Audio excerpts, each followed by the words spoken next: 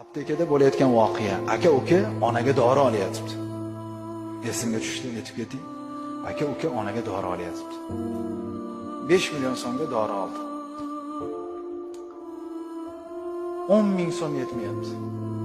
Aptekar aytayapti, bera olmayman deydi. Voy inson, 4 million 990 ming berdim-u, 10 mingiga ishonmaysanmi? Ha, tashlab ketaman, onamga dori olib ketdik. Sen qarama qarshi ekansan. Uyga qaytsam vaqt o'tadi. Yo'q. Uzr, kamera turibdi, mana kompyuterga tushmasa, bizni ishdan oladi. Aka turibdi. Bir tiyin bermagan ekan.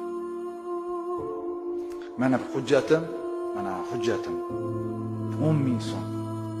Uyalib ketyapman deydi hali yigit.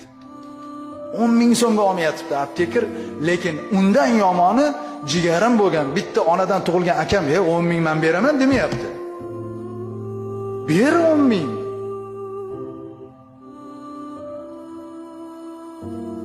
Qoraga ish bitdi, onam yaxshi bo'lib ketdilar. Onam telefon qilib, tezki akang mazasi qochib qoldi. Uyga borsam deydi, bolalar televizor ko'rib o'tiribdi deydi.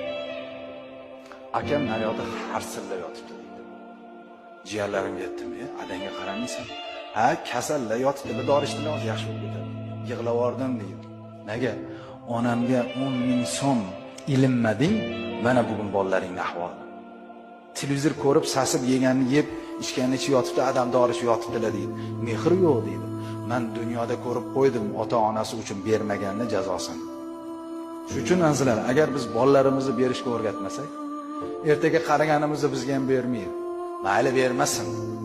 O'zi bilan o'zi bo'lsin, Xudo bizga bersin, lekin hayot mehr muruvvatdan iborat.